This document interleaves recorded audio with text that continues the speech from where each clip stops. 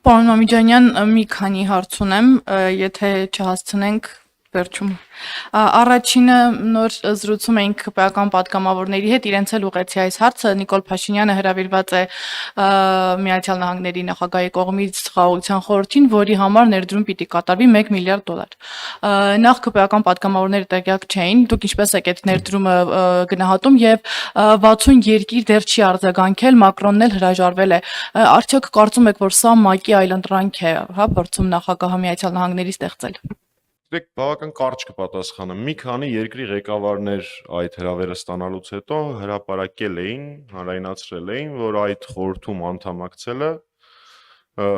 արժի 1 միլիարդ դոլար, այսինքն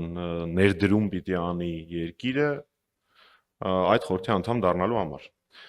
Հիմա ԿՊ-ականները ասացին, մենք չգիտենք, այդ պայմանը կա, այդ պայմանը չկա, կարող է տարբեր երկրների համար տարբեր է։ Հիմա ես տրամաբանական հարց եմ տալի։ Ձեր կարծիքով եթե նույնիսկ տարբեր երկրների համար տարբեր է,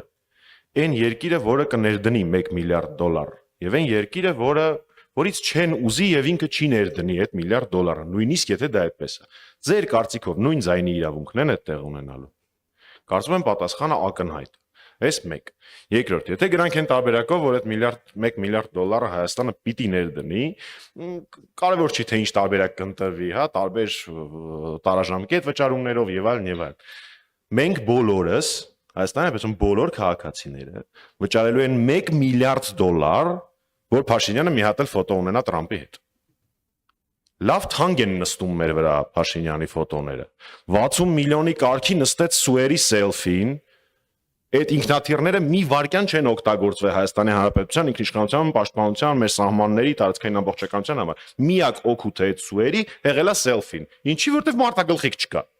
Ինչ ասում եք, Սումվատ ինքնաթիռ, այսօր մարտագլխիկ չկա։ Հիմա հաջորդ թանկ ֆոտոն է։ Ոնց որ թե 1 միլիարդ դոլարանոց սելֆի է ուզում մի հատ էլ Փաշինյանը անի Թրամփի հետ, նախագահ Թրամփի հետ, իհարկե օգտագործելու համար դա հետագա ընտրական process-ներում, դե ես երևի պիտի մեր քաղաքացիներին հարցնեմ, մի անգամ 60 միլիոնի կարգի վճարել ենք Փաշինյանի սելֆիի համար։ Հիմա 1 միլիարդ վճարենք, արժի որ, այդքան սիրուն է, իմ կարծիքով չէ։ ՄԱԿ-ի հետ կապված, որ արդյոք այլընտրանք Չեմ կարող ասել, միանշանակ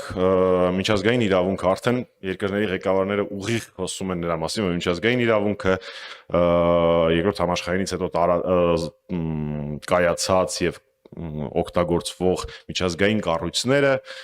տարբեր բնորոշումներ են տալի, ապրել են իրենց կյանքը պիտի վերափոխվեն եւ այլն եւ այլն։ Նույնիսկ այդպեսի տերմին է առաջացել world disorder, համաշխարհային անկարգություն, հա, եթե մոտավոր փորձեմ թարգմանել։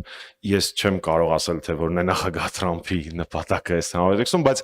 ճակերտների մեջ նոր մակերի կամ նոր Եվրոպայի խորհուրդների ստեղծման սաղմեր տարբեր երկրների առաջնորդներ են։ Ֆրանսիայի նախագահն նման օրինակ